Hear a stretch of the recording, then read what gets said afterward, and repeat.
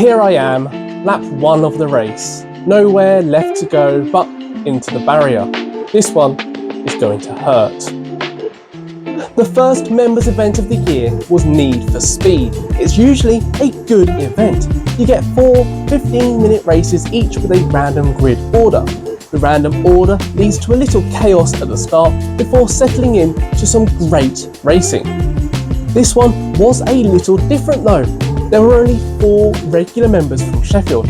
We see RB Racing and Supercar Blondie making another appearance, and there was a large group of members visiting from another track.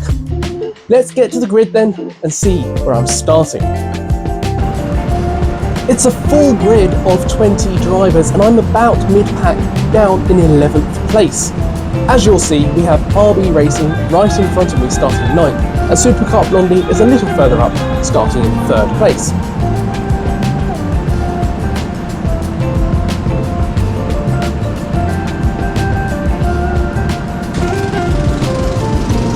The lights go green and we're all away. It gets a bit bumpy through turn 1 and I gain a few paces on the inside. We're too wide into turn 2 and I leave Darren space, but someone else has decided to go up the inside of him, leaving him no space on the exit.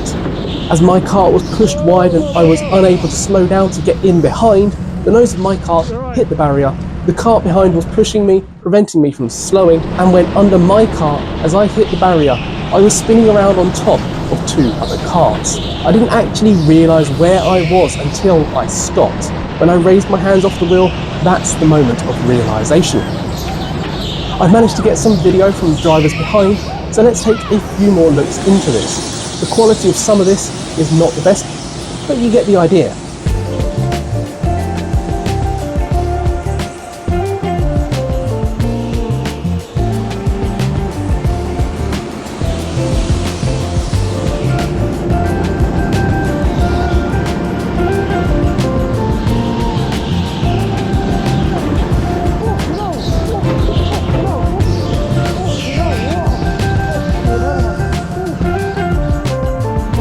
So you might question why I was asking if the staff wanted me out of the kart rather than just getting straight out. Well, I knew my kart was on top of the others, but I didn't know how it was balanced. I did not know if me moving around and getting out of the kart was risking my kart moving and causing further injury. Once James had hold of my kart and Ryan asked me to get out, I was out. The driver of my kart to the right of me was fine, with no injuries that I knew of. The driver of Kart 19 was very lucky to have not lost a finger. It looks like his finger was momentarily trapped between the bumper of my kart and his steering wheel. As James and Ryan lifted my kart up, I returned myself to 2006 when I was working as a track marshal myself and started to help moving the karts out of the way. I then left the staff to deal with the medical issues. You good?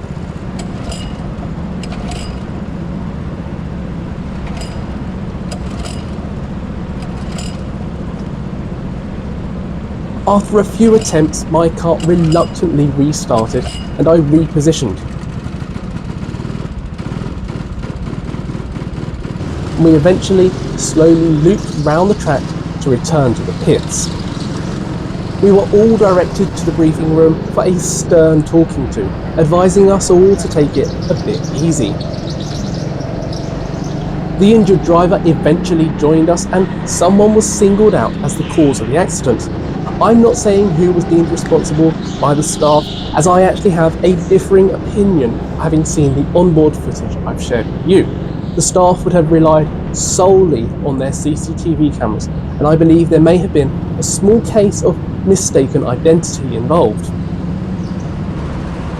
After our telling off, we were directed back to the karts for another go. It wasn't clear if this would be race 1 or race 2 though, and Ryan didn't answer my question on the grid. It's a random order once again, and I'm starting 3rd this time around.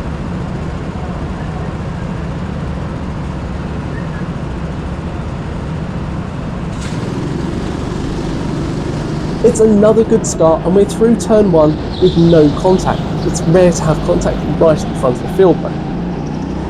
On the run to turn 2, it became clear that I needed to pass kart 4 soon, or the driver in first was going to have a huge gap.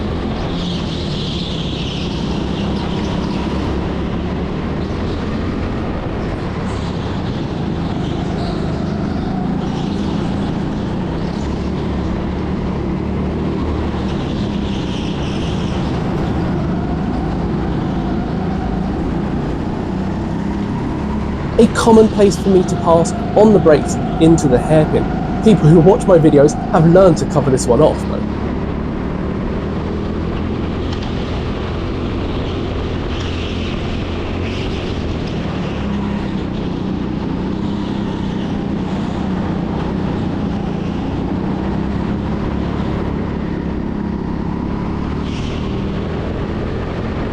We made it an entire lap. We've not had any yellow or red flags, so this is a much better start than the last attempt.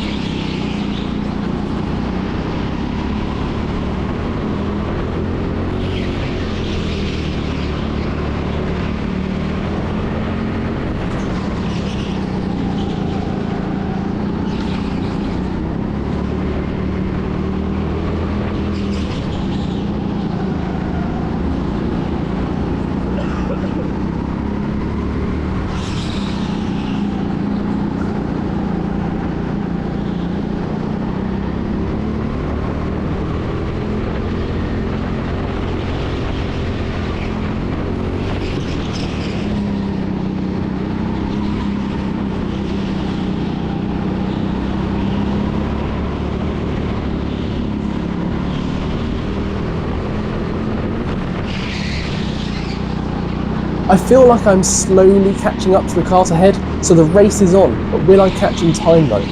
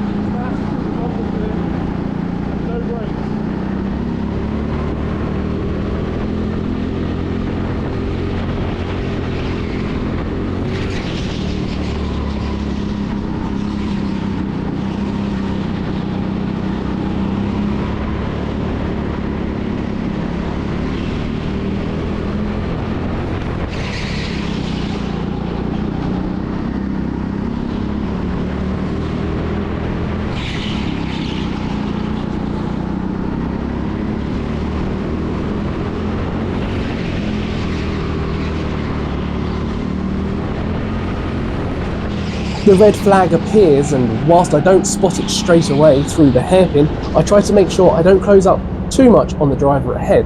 I want this to be a fair race. As we return to yellow flags, I pull away slowly, trying to balance that gap back out a bit.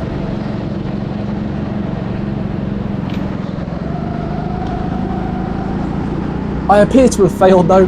That gap looks closer than it was before.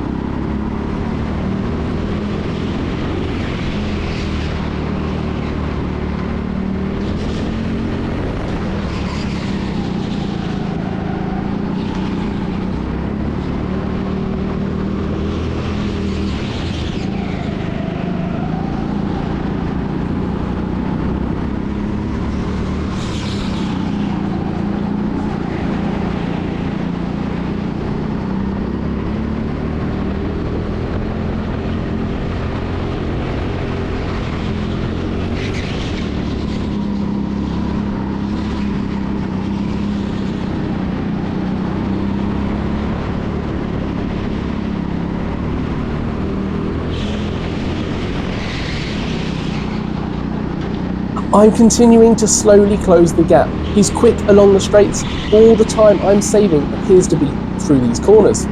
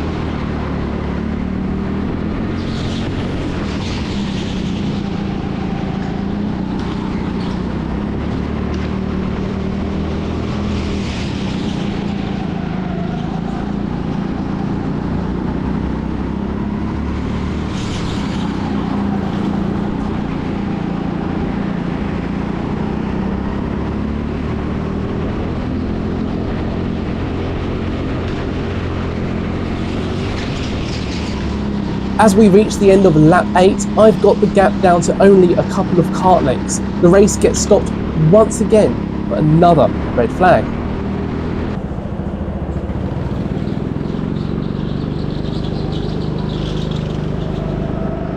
Here we go then.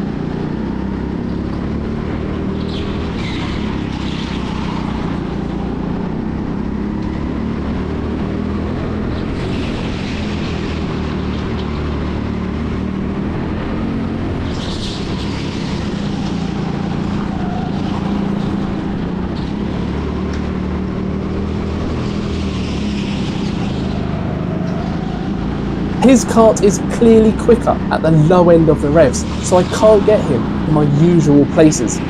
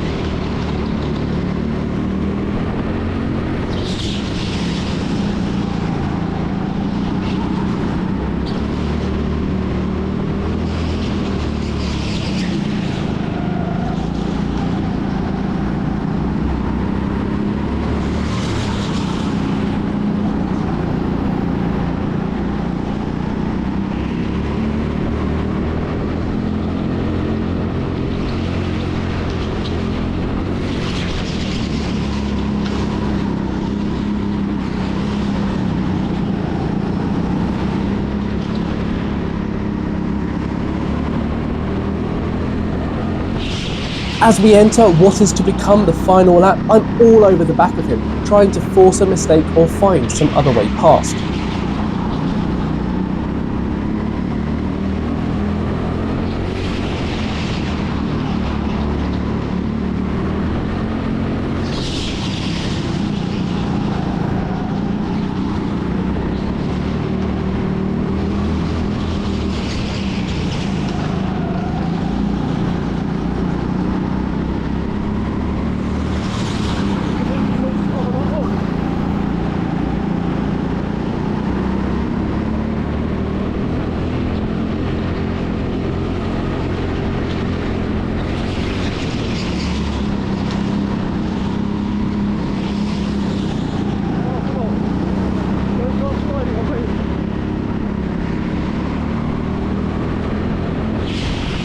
Unfortunately, I wasn't able to find a way. As we reach the lower pits area, the red flag appears once more for another major accident. Again, we've got carts stacked on top of one another. We were all called once again into the briefing room for a rather heated discussion on driving standards. The ultimatum was eventually given. If we continue racing and the standards don't improve, the event would be cancelled and there would be no refunds. After a lot of further discussion, the format was changed. The race we just had would act as a qualifying session for a single 25-minute race, but with the single black flag rule still in place and no refunds. Not being the format I signed up for, nor the quality of driving I'm used to, I opted to step out at this point. It was already 20 to 10, it had the potential to be an incredibly late finish. I, along with 7 other drivers, chose not to take part, and we were offered full refunds for the original event. I want to say thank you to all of the staff involved on the night. I understand things didn't go to plan. I understand the marshals being reluctant to run the rest of the races, especially when one of them was walking around with a minor finger injury, unsure of its cause. The discussions in the briefing room got heated, leading to staff walking out of the room. And whilst they shouldn't have done so, I personally feel it was the best thing at the time, as the conflict was not going to de-escalate otherwise. So thank you also to everyone who has provided footage of the crash at the start of the first attempt at race 1 and allowing me to use it in this video. But as always then, thank you so much for joining me on my go-karting adventures. If you've enjoyed the racing side of this video, please give it a thumbs up. Leave any feedback down below in the comments. Do you regularly see carts stacking on top of one another in crashes at your track? It's not a great start to 2024 for me then. We'll be revisiting a track from the past in the next video, but things have changed in the 16 months since I was there. So until then, cheers.